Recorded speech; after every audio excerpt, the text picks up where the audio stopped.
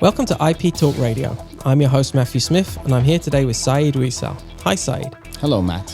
Saeed heads up the product area IP and Broadband strategy and is responsible for how we go to market from this part of the company.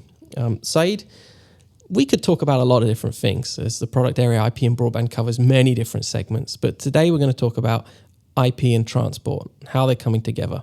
We've had previous guests on from the analyst community who've also touched on this subject, but I really want to get a better understanding of Ericsson's strategy. So tell me a little bit about what operators have asked for in this area. What kind of technical requests have they had and how we've responded? Sure. Well, before diving into the technical trend, I guess, the what we're seeing happening and a trend we've been seeing happening for quite a bit of time is we see traffic continue to grow. And we're expecting another 5-time-fold traffic growth in the next 4 or 5 years on the internet. And with that growth of traffic, it brings a challenge to operators that they need to maintain their margins in a healthy way. So the investments for transport and IP networking overall need to be more smart, and you need to be more adjusted around, well, how can we basically not continue the investment to be in direct proportional relation to the traffic growth on the network?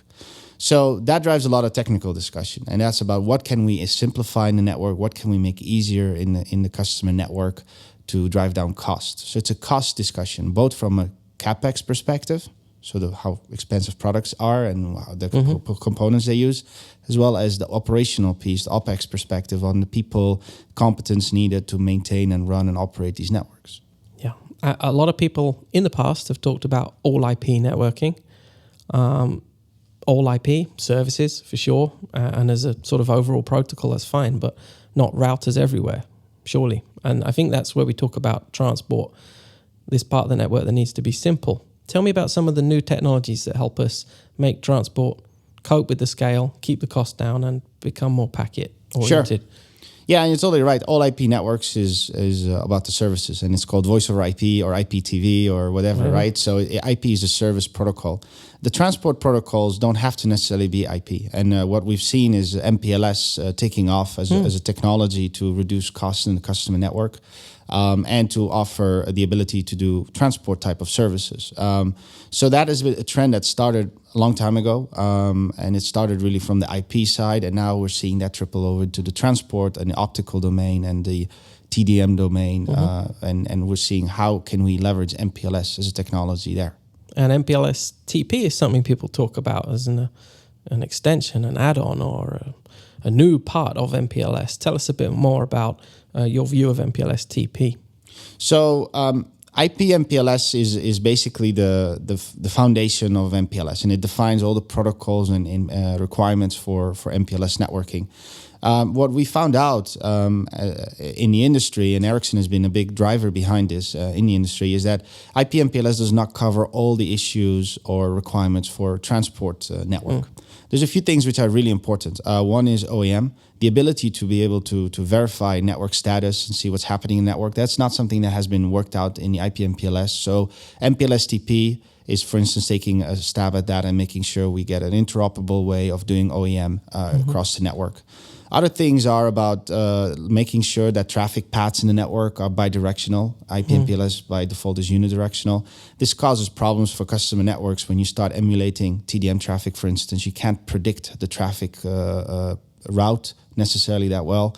And TP takes care of those things in a more elegant and a more simple way. You mentioned this predictability of traffic, and I think transport, people who understand transport know the main attribute is the fact you're nailing up parts of the network. You're being very deterministic in how you send traffic through in a very static way. There have been standards come out that call themselves MPLS something or other that are looking at being static. Can you just tell us why MPLSTP is different? Yeah, it is different in two ways. One, it's developed in IETF, which is the same standards body that has developed IP MPLS. So it is a natural extension of IP MPLS, and it fits completely and uses all the other elements that IP MPLS uses as well from a protocol and technology perspective. So that's one. The other thing, which on top of that, that it does, it is fully interoperable with the dynamic routing control plane. I think a lot of people may have the impression that MPLSTP is only for static provision MPLS, but that's absolutely not the case. MPLSTP can work in a static environment as well as in a dynamic environment. And this is the main difference between MPLSTP and TMPLS, which was a precursor standard, if you like, which couldn't interoperate in those environments. That's one. I think the other one was that TMPLS was calling for an OEM implementation that is not interoperable with IPMPLS. So basically, you are creating a network that does not talk to each other on an MPLS level. So you could have an IP core network based on IPMPLS. You could have metro or backhaul network based on TMPLS, and the two could not talk to each other. You cannot do an end-to-end connectivity or verification or operation. Excellent. And let's talk a little bit about some of the applications for this new role for MPLS in transport. People talk a lot about the metro and its role in supplying business services, the huge capacity coming from fixed environments, and then they almost talk about backhaul of mobile traffic in a separate breath, as if somehow they're separate. Do you see a change? Yes, we're definitely seeing a change. At the same time, it is not as straightforward as basically with as some of the others talk about it in bringing them together. The reality is today is there's a few realities we're dealing with. The fixed network today carries 99% of the traffic, the fixed metro network. The mobile backhaul network today are carrying just 1% of the total internet traffic. Now that is changing dramatically fast with the tablets out there, the smartphones. They're driving much more bandwidth into mobile backhaul.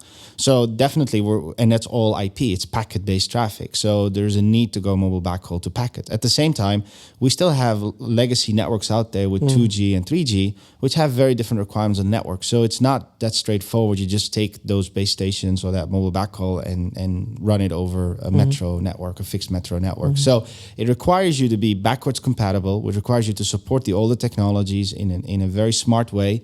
And TP talks about that and how to do that. And then on top of that, it requires you to be able to deal with scale in the network that you see in the fixed side and be able to take traffic growth. Excellent. The requirements are clear. What is Ericsson doing? Product-wise, people have talked about new releases of new products which can really harmonize this legacy support with newer technology. Tell me a bit about one or two of those quickly. Sure.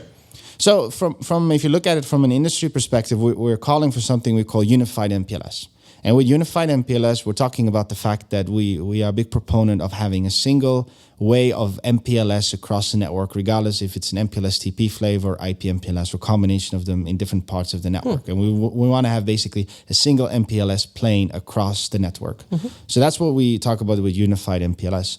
Now, on a product level, we've announced a product called the SPO 1400 series. The 1460 was the most recent product we announced out of that product family, which actually supports MPLSTP, and it is a full POTP platform. It also does TDM, it does DWDM, it has other capabilities in there as well.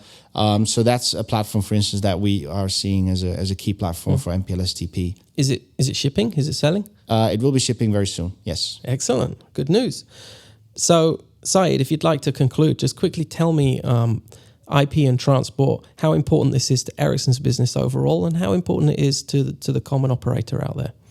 It's very strategic for Ericsson and very important. When we go to customers, I think 5-10 years ago, customers would be buying specific products from specific vendors for specific parts of the network. They called it, the best of breed approach always. We're seeing a change happening with that, especially when you go to these vast, large mobile networks. We're seeing customers asking us to look at the whole service, not look at the network. So they're like, okay, we want to launch an LTE service. What do we need to do for LTE? Or we want to go and upgrade to the next version of HSPA. What do we need to do to support that from the radio piece all the way to the backhaul, to the packet core, to the interconnection to the IP network? So it is very strategic and very important for us in Ericsson to be able to go to our customers and offer a very competitive and very advanced end-to-end solution. Fantastic. Well, thank you, Syed, for your time today. We'll have you back on again in the future for sure. Thank you for listening. As always, if you have any ideas for future episodes, please feel free to email us at iptalkradio@ericsson.com. Or you can follow us on Twitter. Ericsson IP is our handler, or catch us on YouTube. And I'll see you next time.